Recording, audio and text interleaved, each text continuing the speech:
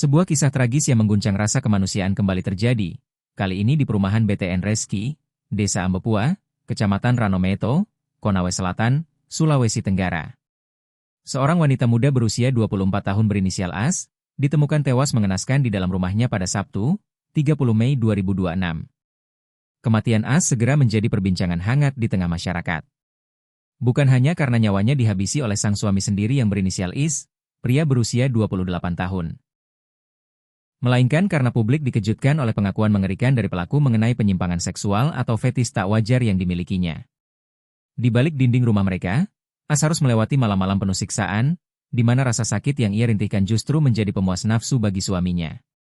Sebelum mengembuskan napas terakhirnya, AS mendapatkan penyiksaan yang luar biasa keji.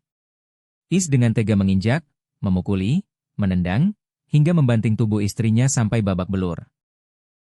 Kekejaman IS tergambar jelas dari hasil otopsi yang dirilis oleh tim dokter forensik Rumah Sakit Bayangkara Kendari. Kasat Reskrim Polresta Kendari, AKP Weliwanto Malau, mengungkapkan bahwa ditemukan sedikitnya 28 luka memar di sekujur tubuh korban, dari ujung kepala hingga ujung kaki. Di bagian kepala, terdapat 2 luka memar di kepala bagian belakang, memar di dahi, pipi, serta luka robek di kelopak mata. Dada dan bahu korban penuh dengan luka lecet. Sementara di bagian lengan dan kaki, dipenuhi luka memar akibat hantaman benda tumpul. Namun, dari puluhan luka tersebut, dokter forensik menemukan satu cedera fatal yang menjadi penyebab utama kematian AS. Penyebab utama kematian korban AS adalah akibat trauma tumpul pada kepala bagian belakang. Cedera fatal ini menyebabkan pembengkakan pada otak yang menekan pusat pernapasan, hingga akhirnya mengakibatkan korban meninggal dunia, jelas AKP Weliwanto Malau. Di hadapan penyidik kepolisian, IS mengurai pengakuan yang membuat siapa saja mengelus dada. IS berdalih tindakan kejinya dipicu oleh rasa cemburu buta yang tidak masuk akal. Selama ini, IS kerap menuduh istrinya main serong dengan pedagang hingga tukang parkir setiap kali korban pergi berbelanja ke pasar. Karena cemburu, IS kerap melakukan aksi balas dendam yang aneh. Ia memaksa istrinya memakai baju seksi ke pasar agar dilihat oleh pria lain. Namun sesampainya di rumah, korban justru dipukuli habis-habisan karena pakaian seksi tersebut.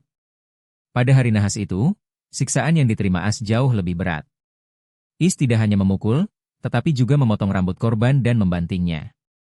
Tragisnya, rintihan kesakitan dan tangisan memohon ampun dari AS sama sekali tidak mengetuk pintu hati IS. Pria ini justru mengaku bahwa gairah seksualnya semakin memuncak saat melihat sang istri menderita dan kesakitan.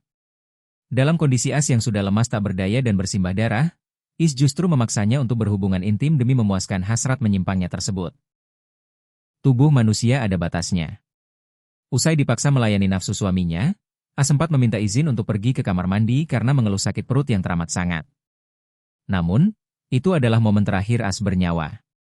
Tak lama kemudian, AS ambruk dan terbujur kaku. Melihat sang istri tidak bergerak, IS barulah tersadar dan terkejut. Kepada polisi, ia mengaku sempat tidak percaya bahwa istrinya telah meninggal dunia. Dalam kepanikan, IS mencoba membersihkan tubuh korban dengan air, melepaskan pakaiannya, lalu menyelimuti jasad istrinya dengan kain sarung. IS kemudian memeluk tubuh kaku AS, berharap ada mukjizat yang bisa menghidupkan kembali wanita yang telah ia hancurkan sendiri. Namun, nasi telah menjadi bubur. Penyesalan itu datang terlambat.